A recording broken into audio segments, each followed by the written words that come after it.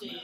Hi, I'm Judy. And I'm Caitlin. I'm going to be doing the cross-ex against her negative video on my affirmative body cameras debate.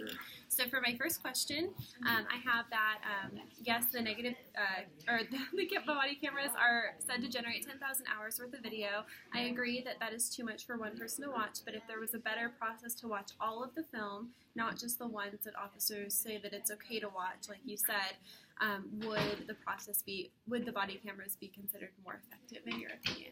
So yes, I think that would be more effective if the government provided a job for like a multiple group of people to watch the videos and not just like the policemen.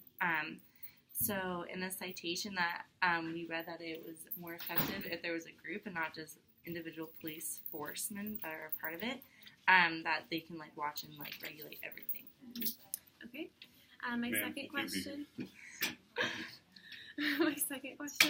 I understand that cutting funding from other important institutions in our country would not work, but work to buy and operate the body cameras. But if we could take it out of maybe the money that is set aside for public defense attorneys or something related of that nature, it could seem more reasonable. I say that just because the body cameras are said to cut a lot of court costs. Mm-hmm. So if this happened, then could you see the funding being more reasonable?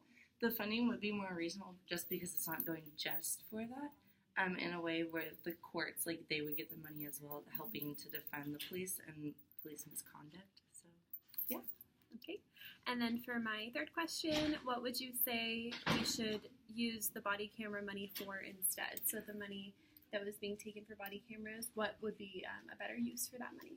Well, I think the money could also go through drones. It can help protect the police and from police misconduct. And here we go. We're just going to show this. This is a great example of drones and their affirmatives and how they can help protect police misconduct. So you're saying that drones are a better... they can help regulate, lower yes. Police misconduct better than body cameras. Yes. Okay. And then my last question, you said that when people are on the camera, they tend to do what's right. So my question is just, is that a bad thing? Because personally, I think that if people have more